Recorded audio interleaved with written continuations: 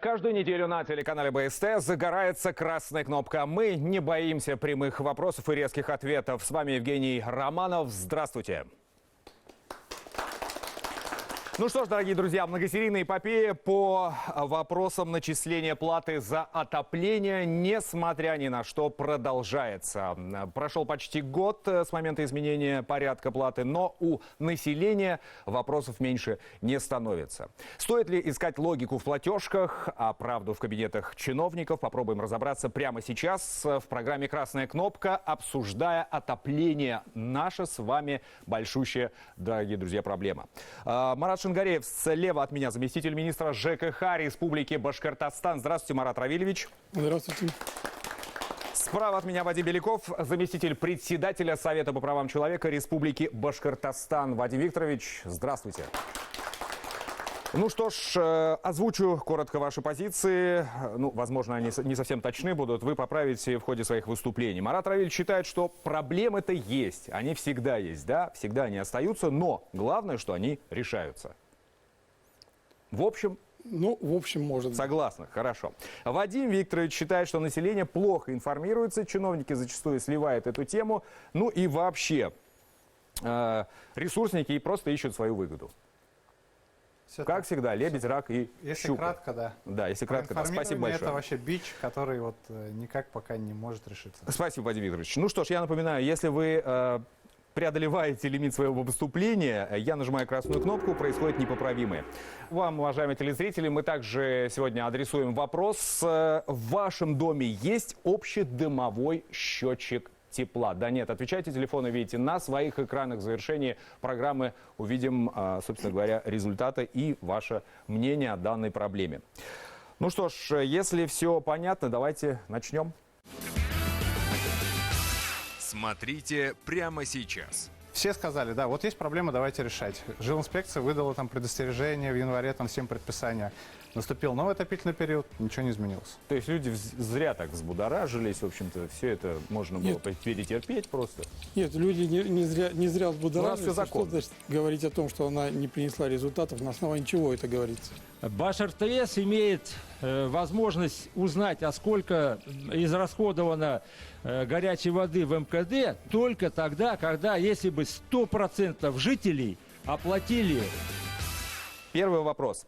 Нынешняя система начисления оплаты за теплоснабжение. Какие проблемы остаются на данный момент нерешенными и с какими вопросами сейчас жители обращаются к вам, так как вы специалисты в системе жилищно-коммунального хозяйства? И если вы не против, давайте напомним, с чего начиналась у нас эпопея с платой за отопление. Да, это начало 2020 года, там, по-моему, февраль или март стали приходить платежки с астрономическими суммами, люди не выдержали, начали выяснять, в итоге получилось, что там миллиард был насчитан переплаты. Так или нет? Ну, поправьте меня, если что. Наоборот, миллиард был возвращен населению. Населению. То есть население переплатило миллиард за услуги, так? Да. В целом. Там 72 миллиона, по-моему, было наоборот, когда население было должно, там, по нескольким. Там. Вот. То есть, ну, как вы назовете такую ситуацию? Аховой или это нормально? Ну, эта ситуация нормальная. По законодательству, как положено, в первом квартале 2020 года должен был пройти перерасчет, связанный с переходом на изменение способа оплаты отопления с отопительного сезона 2019-2020 года. Это как раз и было сделано. Другое дело, что одновременно этот перерасчет затрагивал и момент, когда управляющие компании, теплоснабжающие организации населения переходили на расчеты на прямые договора, и с населением в 2019 году заключались в том числе эти прямые договора. То есть вот эти два события совпали, и поэтому было несколько, ну, такая вот ситуация, которая население возбудила. Ну, скажем так, никаких незаконных действий в данной ситуации не было. В принципе, этот перерасчет, который должен быть, он в законодательстве прописан. То есть люди зря так взбудоражились, в общем-то, все это можно было перетерпеть просто? Нет, люди не зря взбудоражились. У нас все законно. Значит, нет, я не ставлю под сомнение законность этих действий. Другое дело, что при расчете... Спасибо. Продолжите, Вадим Викторович. Если мы говорим про прошлый год и с чего все это начиналось, и какие были проблемы раньше, и которые сейчас, они так и остались там. Они были там 2 года назад, 3 года назад. И когда по проблемам от конца прошлого года, начала этого, про который вы говорили, возмущение народа, там, скажем, достигло определенного пика, создавалась там правительственная комиссия, на которой опять все там большие голосы садились, собирались, обсуждали, какие проблемы, почему так случилось, обозначили проблемы, ну, вкратце, да, например, несоответствие площадей между там данными управляющей компании ресурсниками, неправильная работа приборов учета, там, отсутствие приборов учета, да, ну их там многодомовые приборы учета. Все сказали, да, вот есть проблема, давайте решать. Жилинспекция выдала там предостережение в январе, там 7 предписания. Наступил новый отопительный период, ничего не изменилось. Те же самые проблемы, которые были, они так и остались. То есть мы об этом говорим, все говорят, что да, их надо решать, но по факту ничего не решается. Спасибо. Марат Раильевич, почему так происходит? Но чтобы говорить о том, что ничего не произошло, надо, во-первых, узнать, предписания выполнены или нет жилищного надзора. То есть я так понимаю, что эти предписания выполнены, и, может быть, там есть какие-то отклонения, связанные с коронавирусом, может быть. Но в целом те предписания, которые были и давались, управляющие компании должны были исполнить. То есть вопрос исполнения, ну, не совсем к Министерству ЖКХ, исполнение этих предписаний. Но говорить о том, что ничего не произошло, ну как это, была целая комиссия, разбирались, ходили персонально по домам, рассматривали приборы учета, Жилнадзор, я знаю, делали перерасчеты, практически затрагивая там не один год для того, чтобы выявить правильность или неправильность начисления. Так что эта работа была сделана, а говорить о том, что она не принесла результатов, на основании чего это говорится? Ну, давайте узнаем, Владимир Викторович. С какими вопросами сейчас вам обращаются? Поясню немножко, да, то, что сказал Марат Раильевич, вернее, отвечу, да, на его вопросы.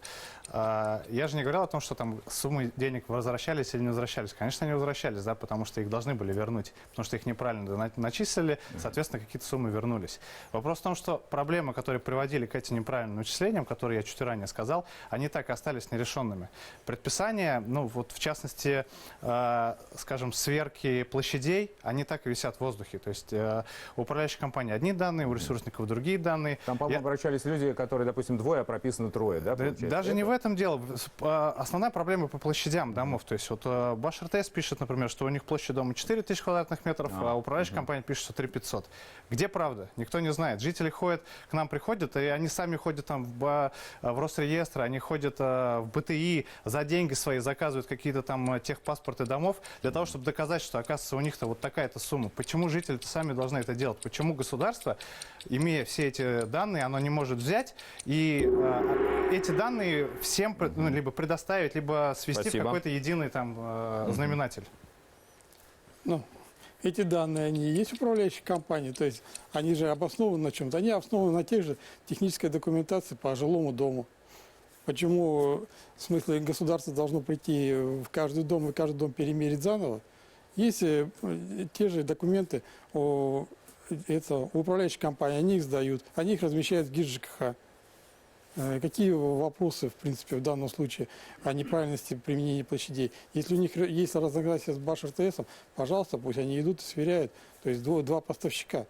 Жители не должны делать паспорт дома за свои деньги, за личные. Это должна сделать управляющая компания. Но если у жителей есть вопрос, он идет в управляющую компанию и этот вопрос решает. Ну тогда, по-вашему, какие сейчас проблемы остаются еще? Ну, проблемы вот этих площадей, они как бы есть, то есть они решены не везде. Действительно, надо поднять документацию, на основании чего выдавались те или иные технические документы на дом, если там есть большие расхождения по площадям, но в основном они происходят... Все, извините. Последняя минута.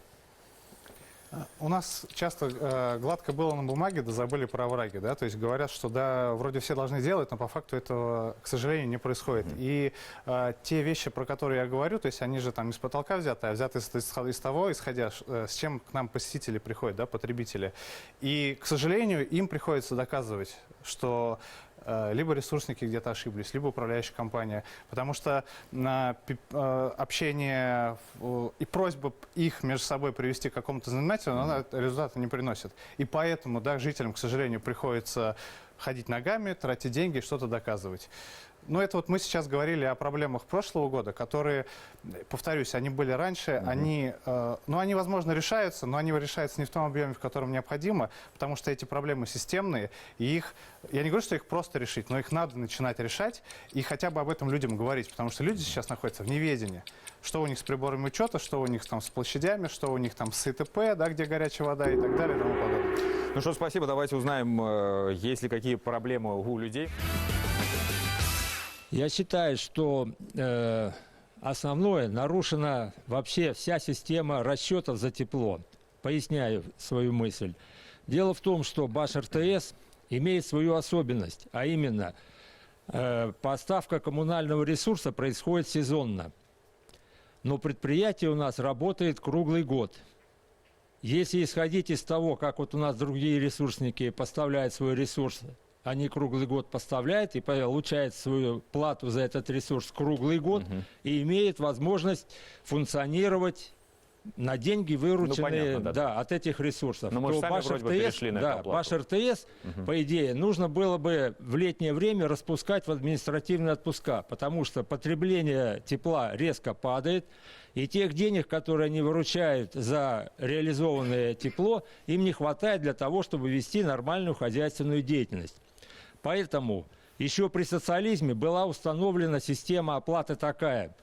Плавная оплата в течение всего года, но эти деньги, которые жители и предприятия платили, этих денег хватало предприятию для того, чтобы она нормально функционировала круглый год. Ну, понятно. Теперь что у нас хотите, чтобы вернуться к этой системе, да? Значит, во-первых, когда ввели новую систему расчета только в отопительный период, это резко ухудшило материальное положение малооплачиваемых семей и пенсионеров. Почему? Потому что, не секрет, пенсии хватает только от и до. Да. В зимнее время возрастает нагрузка на эту пенсию. Значит, я вот по своей квартире считал, у меня возрастает платеж в зимнее время, да, на 1500. Значит, я эти 1500 из своей пенсии должен сэкономить за счет того, что либо я продукты, либо одежду и так далее. Далее. Значительно ухудшилось положение по контролю за порядком начисления платежей за отопление. А именно, поясняю, значит, когда рассчитывается платеж за отопление по квартире, там есть такой коэффициентик, который можно назвать так, тариф. То есть это гигакалории на квадратный метр площади жилого или нежилого помещения. Так вот этот тарифик мы раньше рассчитывали и устанавливали его на год. А он имеет такую особенность, когда идет двухкомпонентный тариф на горячую воду, то для того, чтобы рассчитать вот этот тариф, надо из общего потребления тепла многоквартирным домом убрать вот это тепло, которое пошло на приготовление горячей воды. Это достаточно сложный расчет, потому что Баш-РТС имеет возможность узнать, а сколько израсходовано горячей воды в МКД только тогда, когда, если бы 100% жителей оплатили в установленное время, значит, платеж. На самом деле наше предприятие работает круглогодично все 12 месяцев, потому что горячую воду мы получаем с вами в течение 12 месяцев. Что касается отопления, то оно действительно поставляется исключительно в отопительный период в течение 8 месяцев. Финансовая нагрузка, которая была озвучена, она на сегодняшний день решаемая. И два способа. Первый способ – те, кто не попадают под субсидию, они обращаются к нам, и мы даем рассрочку. Мы договариваемся с потребителем в удобный для обеих сторон срок погасить в отопительный период ту задолженность, которая накопилась. Также есть возможность получить субсидию, чему слушайте, жители... мне кажется, многие скептически отнеслись вот к этой инициативе брать кредиты на услуги ЖКХ. Это же, по-моему, совсем дно какое-то. Кредит, на самом деле, даем мы. Получается, они понятно. приходят к нам, а мы производим начисления. Услугу сначала получают, а потом только на следующий месяц приходит счет. Мы из месяца в месяц отпускаем, на самом деле, услугу в кредит. И за это не берем никаких процентов. И когда когда житель приходит к нам, мы с ними договариваемся может, о чисто возможных психологически условиях тогда. рассрочки. По субсидии на сегодняшний день количество субсидий и как раз переход на отопительный сезон, на отопительный расчет в отопительный сезон, он позволяет получить людям субсидии и рассчитаться с нами в полном объеме. Право у гражданина осталось прежнее. Он может вносить равномерно в течение 12 месяцев эту плату. И мы, в свою очередь, в 2020 году, в августе, предложили гражданам, чтобы не нести вот эту тяжелую нагрузку, начать вносить постепенно плату за отопление. Долго разбираемся, да, не один год уже на самом деле. Но ситуация, вот она технически, она простая, да, ее понятно, ясно и видно, мы ощущаем. То есть дома с ИТП, что происходит? На вводе в дом стоит ОДПУ, да, общедомовой прибор учета, который считает все количество тепла, которое зашло в дом. Но после этого счетчика есть так называемая врезка на ИТП, да, то есть происходит отбор тепла. А на обратной магистрали, когда ОДПУ считает, да, он понимает, сколько он тепла запустил и сколько он выпустил. Вот все это тепло нужно разделить на две составляющие, да, это центральное отопление и ГВС. Но в связи с тем, что, давайте прямо скажем, кто-то нечестно передает показания, да, кто-то просто ставит магниты, ресурсники все об этом знают, да, и управляющие компании знают. Вот это количество теплоты зачастую садится в строку отопления именно в эти дома. Рано или поздно, да, то есть ходят контролеры, проверяют эти счетчики, да, они проверяют магниты. Рано или поздно этот объем скраденной, так скажем, тепловой энергии, он все равно вылезет, да, и он вернется ресурснику в виде денежных средств от потребителя конечного. Но все это время до обнаружения этой проблемы, да, жители всех квартир, допустим, данного дома платят в том числе долю за потребление горячей воды в строке отопления. Вот такая вот проблема. То есть не воровать лучше, да? Ну вот, нет, вы понимаете, что на сегодняшний день мы перешли, вот, 21 век, да, то есть все вокруг колхозное, все вокруг мое или не мое, уже такой термин, да, не подходит в данной ситуации. Но жители, занимаясь вот этим вот искажением, так скажем, да, я мягко скажу, искажением данных по горячей воде, они залазят сами к себе в карман в итоге. В виде тут вообще ОДН вырисовывается какая-то и проблема начислений. библейских масштабов. Понимаете, жители, получая счета, там, пенсионерка по 15 тысяч за свою квартиру, за отопление, она такая думает, раз меня, извините меня, так легко и просто имеют, почему же мне магниты просто не поставить? Далее в программе.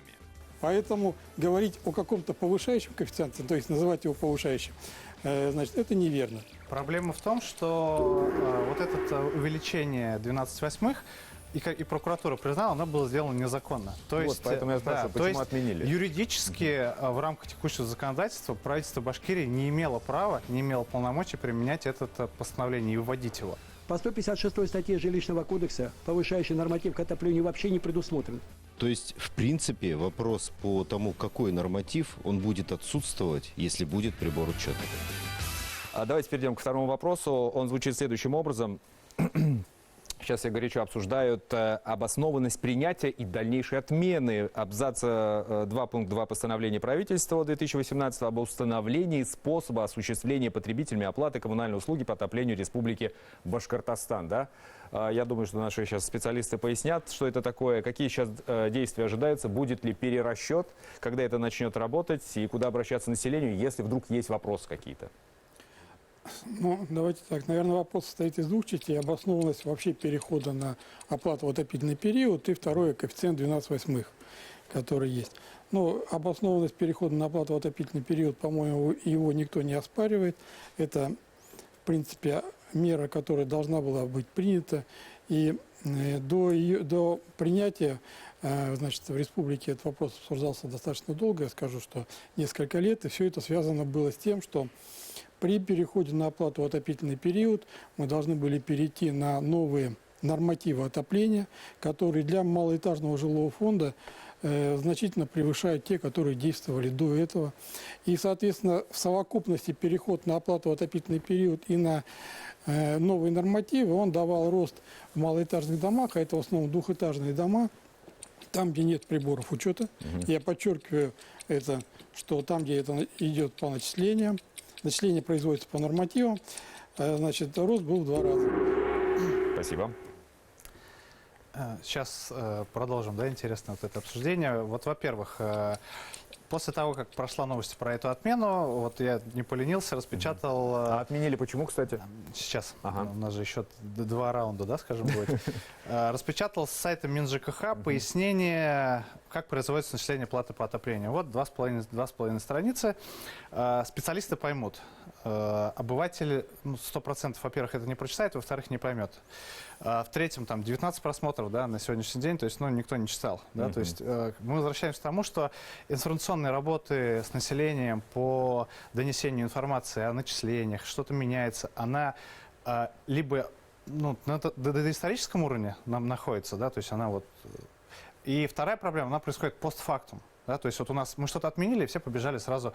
Все сначала люди возмущаются, а потом мы что-то людям объяснять. Не мы, прошу прощения, а госорганы. Потому что мы стараемся как общественная организация так или иначе давать пояснения, но у нас там не хватает, скажем, там ресурсов, да, для того, чтобы достучаться до каждого. Спасибо. Но что касается не объяснили, потому что что-то изменилось, а для людей на сегодня ничего не изменилось. Постановление этот пункт прекращает свои действия с 1 января 2021 года. В принципе, в прошлом году, вы помните, если кто следит за законодательством, 1 января 2020 года мы должны были уже применить новые нормативы. Но понимая вот эту ситуацию с малоэтажным жилым фондом, в принципе, республика активно провела работу с федеральным центром и перенесли срок введения новых нормативов еще на год, то есть на 1 января 2021 года. В этом году мы также работаем с федеральным центром и предполагаем, что в принципе нам разрешат старые нормативы использовать и дальше. Для этого была разработана программа энергосбережения, которая требуется по федеральному нормативному правовому акту, постановление номер 1822. Она была представлена в Минстрой России для рассмотрения. И мы надеемся, что произойдет продление вот этого срока. А программа энергосбережения дополнительными платежами не аукнется населению? Дополнительными платежами она... Спасибо. Столько интересного было сказано, прям я не знаю, как за минуту успеть.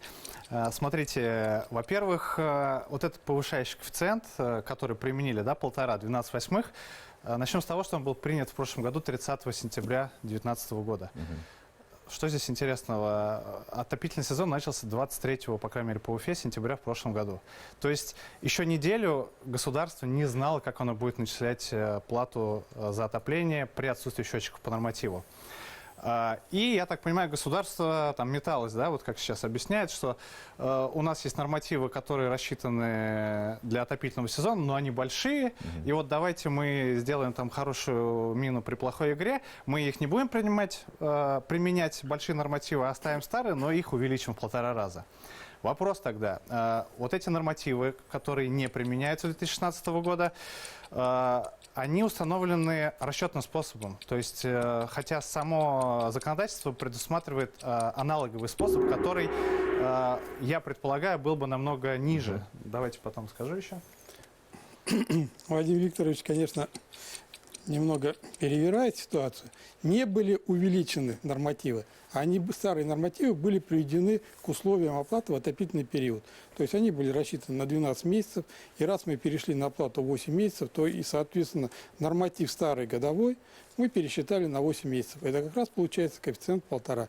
И если сегодня вот и вы распечатали с сайта Министерства ЖКХ информацию, там есть формула, которая наглядно показывает старый норматив на 12 месяцев, и этот же норматив пересчитан на 8 месяцев с коэффициентом 1,5. То есть в годовом исчислении плата за отопление у людей не изменилась совсем в республике. Поэтому говорить о каком-то повышающем коэффициенте, то есть называть его повышающим, значит, это неверно. Это коэффициент пересчета с 12 на 8 месяцев при изменении способа оплаты за отопление. Вот и все. Проблема в том, что вот это увеличение 12/8 и прокуратура признала, оно было сделано незаконно. То вот, есть, поэтому я спрашиваю, почему отменили? Юридически в рамках текущего законодательства правительство Башкирии не имело права, не имело полномочий применять это постановление и вводить его. И говорить о том, что мы пошли ну, то есть решили для жителей, чтобы была меньшая нагрузка по оплате, и поэтому не применили новый норматив, а оставили старый, но применили к нему коэффициент, но я говорю, это, ну, немножко странно. Потому что, ну, с точки зрения логики, ну, я не могу, да, говорить, как можно было бы сделать. Это было незаконно, получается? Но прокуратура сказала, что было незаконно, да, вот этот коэффициент. Почему не применили новые готовые нормативы? Ну, потому что они дорогие, да? А почему они дорогие? Давайте с этого разберемся. Почему старый норматив, который рассчитан на 12 месяцев, ну, условно, там, 1 его назовем, он при оплате 8 месяцев стал не 1,3, да, то есть не на треть увеличился, а в 2 раза. То есть как такое? То есть с точки зрения логики это непонятно. Поэтому к этим нормативам 2016 года их вопросов еще больше, да, чем то, что сейчас мы обсуждаем. Понятно. Спасибо большое. Я хочу сказать, что увеличение норматива произошло. У меня есть платежные документы. Если, например, один раз, допустим, в сентябре 2019 года, даже в августе 2019 года норматив для девятиэтажного дома, допустим, был 0,0194 гигакалорий на квадратный метр, то в сентябре этого же 2019 года он стал 0,0291. Казалось бы, ну ничего не произошло такого, да? Но это развязало руки как управляющим компаниям, так я предполагаю ресурсоснабжающим организациям, у меня есть этому доказательства, снизить работу по контролю за общедомовыми приборами учета. И я приведу пример. Конкретный дом, где конкретно за 2019 год акта допуска прибора к учету нет. В Госжилинспекцию написана масса жалоб, меры не приняты. Почему? Это стало выгодно. Прибор учета вышел из строя, виноваты жильцы. Как будем начислять? Вот по этому нормативу или за 3 месяца по прошлому году. Поэтому получается такой вопрос. Что если я должен платить по нормативу без прибора учета, рассчитанного до минус 35 градусов, ну, к примеру, 0,0194, девятиэтажный дом, то получается, что этот норматив, он указан как справочный в платежном документе. Если вы поставили общедомовой прибор учета, вы должны получить величину меньше или больше? Вы же должны сэкономить. Вы должны получить величину меньше этого норматива. По 156 статье Жилищного кодекса повышающий норматив к отоплению вообще не предусмотрен. А статья 5 Жилищного кодекса, пункт 8, гласит, что если изданы документы, акты нормативные органов местного самоуправления или региональные, и они стоят в противоречии с Жилищным кодексом, то применяются нормативы Жилищного кодекса. Это первое. Второе. Нужно обратить внимание на то, что в правилах предоставления коммунальных услуг 354 постановление, там даются формулы. 2 формулы. Одна формула для расчета 8-месячный период отопления в течение этого, и вторая формула в течение года. Если вы оплачиваете в течение года, то там применяется коэффициент периодичности, о котором мы как раз и говорим. Это отношение количества месяцев в 8 к количеству месяцев в календарном году. Но было сделано наоборот. Это переставили все. Получили вот этот повышающий, как я считаю, норматив. Я считаю, повышающий. Нужно начинать не с этого вопроса, а начинать с вопроса о законности вообще установления нормативов для жилых домов. Нужно начинать не с вот этого. Мы вам кредит дадим, вы заплатите те же самые деньги в завышенном размере. Нужно начинать с законности установления вообще нормативов.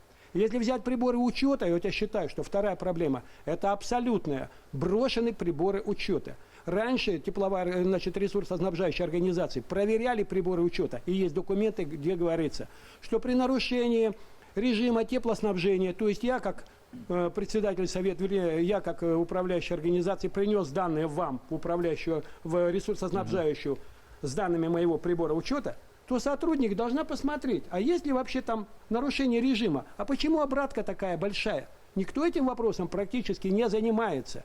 И получается, я принес, отдал этот документ, толку никакого нет. А согласно документам, 1 раз в 3 месяца ресурсоснабжающая организация обязана осматривать приборы узла учета.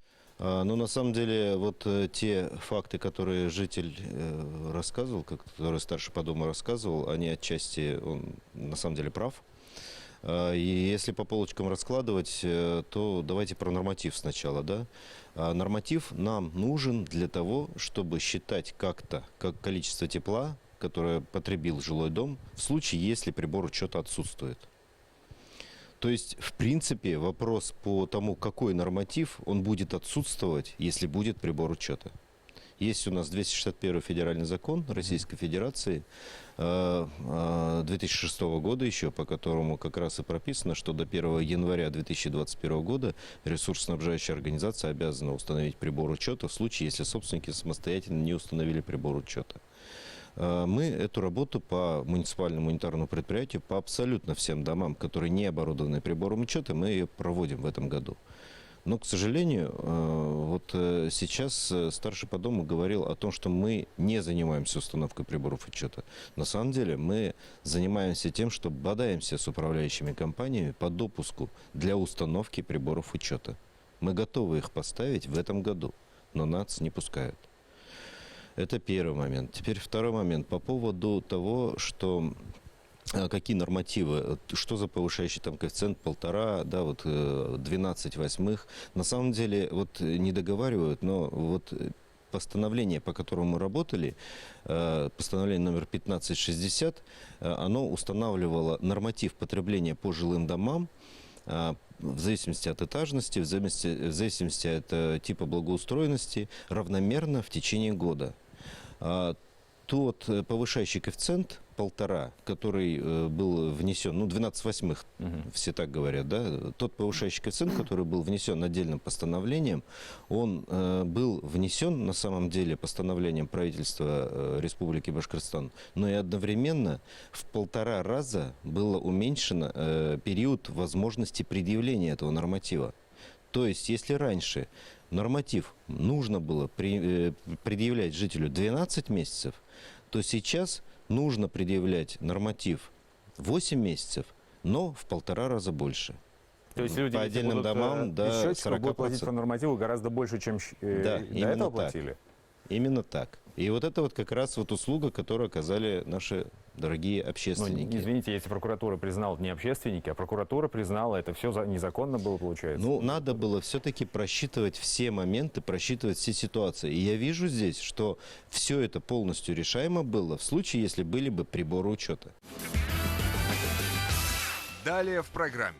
До сих пор мы там уже первая неделя декабря, мы не знаем, что будет в январе. Раз отменяют 1,5, значит будет норматив больше. Давайте мы не будем говорить, будет или это. Мы все-таки, я как чиновник вам скажу, мы пользуемся нормативной базой, которая существует на данный момент.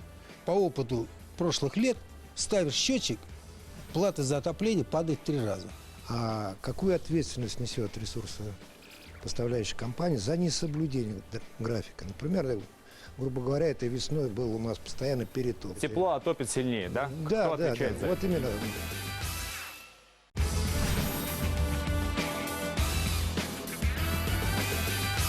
Вадим, ну, получается, вот если сейчас саккумулировать все сказанное, или хотя бы одну десятитысячную часть сказанного, что мы в новом году еще больше будем платить?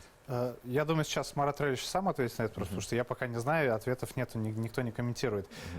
Проблема в том, что вот нормативы, которые старые, 2011 года, которые новые, 2016, но не использовались, они до сих пор непонятны, и к ним есть вопросы. Чуть ранее говорил, да, что нормативы 2016 года, которые только в отопительный период, они установлены расчетным способом.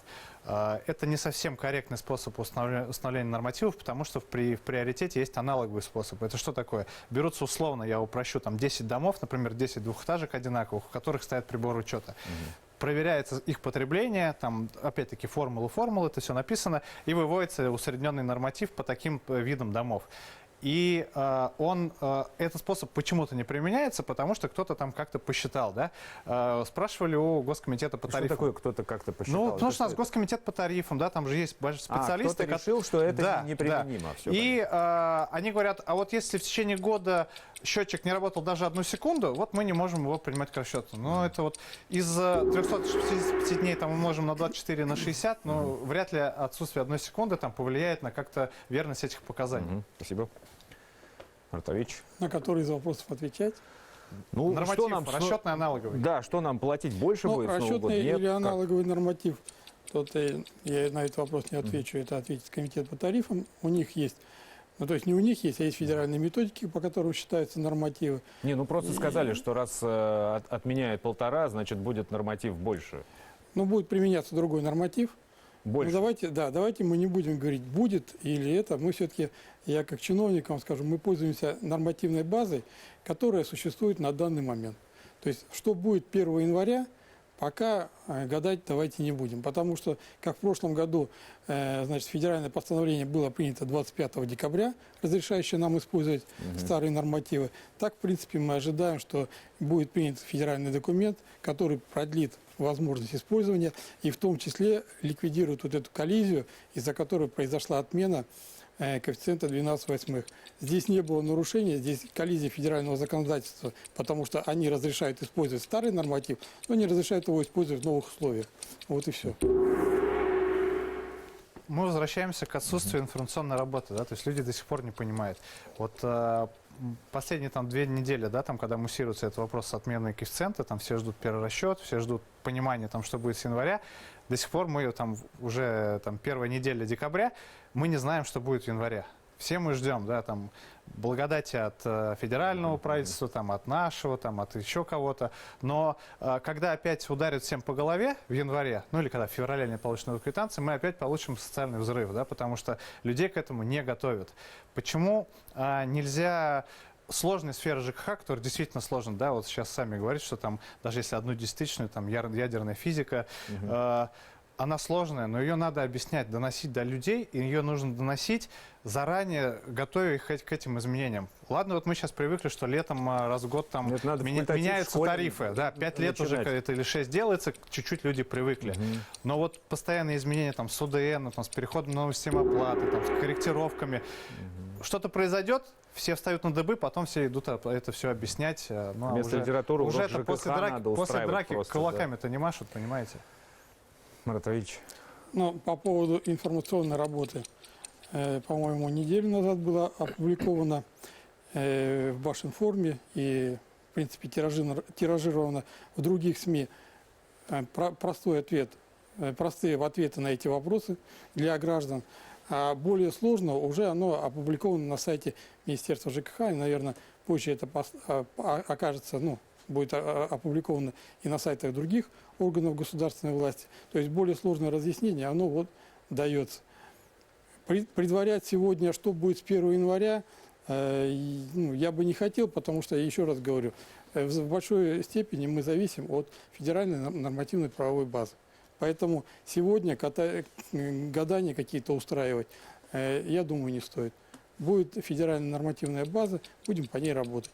И я думаю, что, в принципе, ничего того, что ухудшит состояние платежного населения за отопление, не произойдет. Чуть ранее тоже были обсуждения, что вот у нас принята программа энергоэффективности, что УИС там ставит по своим домам приборы учета, их там не пускают, а там кто-то не ставит. Вот Марат Равильевич, может, поправит, я не помню. То есть вот эту программу, которую летом приняло правительство Башкирии, она рассчитана до 2025 года. Там указано, что по Башкирии домов, в которых нет общедомовых приборов учета отопления, 5500 или 6. То есть это огромная цифра, да, домов, в которых действительно нет счетчиков, которые должны были быть поставлены до 1 января 2021 года. То есть вот с января все, то есть отсутствие счетчика – это нарушение. Ресурсники обязаны были их поставить, но они почему-то не ставят. И правительство все-таки планирует еще до 2025 года эту программу, хотя уже все сроки уже вышли, сначала 2015 год, да, был, потом его продлевали. Все, люди... При том, что я знаю, что люди, которые к нам обращаются, у которых даже сейчас нет счетчиков, они ходят в управляющую компанию, ходят к ресурсам, говорят, ну поставьте нам счетчик. Но они сами не обладают познаниями, чтобы его поставить. Но вот 1,5 года там бывают переписки, а ничего не меняется. Марат Равильевич, ну вот столько коллизий, столько каких-то мелких погрешностей, неточностей, каких-то недоговоренностей. Как чиновники будут реагировать? Программа, о которой говорит Вадим Викторович, это как раз программа малоэтажного жилого фонда. То есть там дома, которые не ранее под закон 261 ФЗ, они не подпадали. Это дома с потреблением менее 0,2 гигакалорий в час. Почему она принята на 5 лет? Опять-таки, Значит, вернемся к тому, что принимая программу, переходя на оплату в отопительный период, мы понимали, что произойдет рост в малоэтажном жилом фонде. Соответственно, программа принята на 5 лет, и мы добиваемся, чтобы нам разрешили старые нормативы использовать эти 5 лет, чтобы мы могли спокойно эти дома перевести где-то на поквартирное отопление.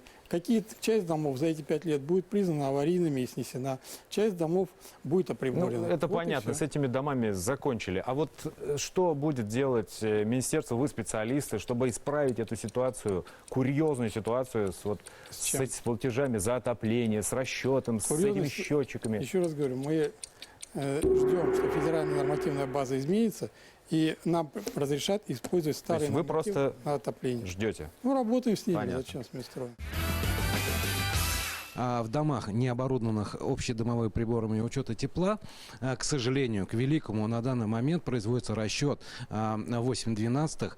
То есть в этом году, допустим, берем сентябрь месяц, отопительный сезон в этом году был 13 всего лишь дней из сентября. Тем не менее, согласно действующему законодательству, люди вынуждены заплатить за полный месяц. В прошлом году это было всего лишь 7 дней отопительного сезона. И люди также платили за целый месяц. В соответствии с законодательством, даже если один день будет отопительный сезон в этом месяце, люди платят полностью за весь этот месяц. И здесь бы хотелось, чтобы все-таки и наше министерство ЖКХ выступило с законодательной инициативой об изменении этого положения. Ничего сложного здесь абсолютно нет. Этот норматив можно высчитать именно посуточно по фактическому потреблению, по дням фактического потребления тепла. В настоящий момент это затрагивает десятки тысяч наших граждан, которые несут колоссальные платежи фактически за то, что они на данный момент не потребили. Вот по поводу счетчика. Вот от момента того, когда мы заговорили о счетчике, это был, по-моему, 13-й год, до момента постановки счетчика у меня лично вот на переписку, на согласование ушло 3,5 года. У меня все документы могу представить. По опыту прошлых лет ставишь счетчик, плата за отопление падает в 3 раза. Когда покупаешь оптом, оно дешевле, да? А у нас почему-то как будто каждая квартира отдельно стоит в поле. Такая плата за отопление идет.